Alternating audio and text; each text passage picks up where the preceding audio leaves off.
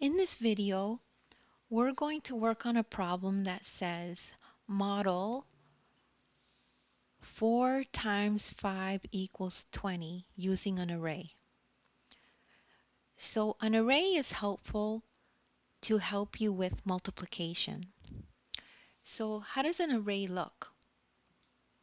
An array is just a grid of rows and columns. So how would we represent this problem using rows and columns?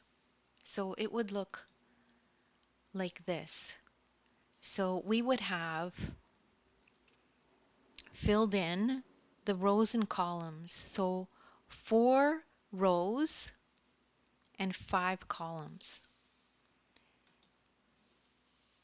So these are the rows and these are the columns.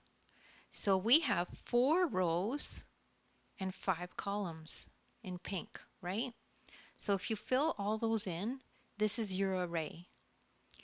And that's basically the entire problem. But how you're asking yourself, how do we know that 4 times 5 equals 20 using this array? Well, you can count the number of squares, right? 1, 2, 3, 4, 5.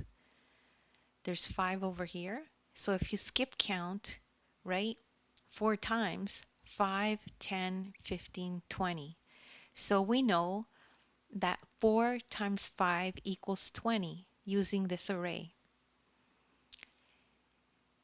And if you need more practice, you could just rewatch the video and it'll be easier the second time.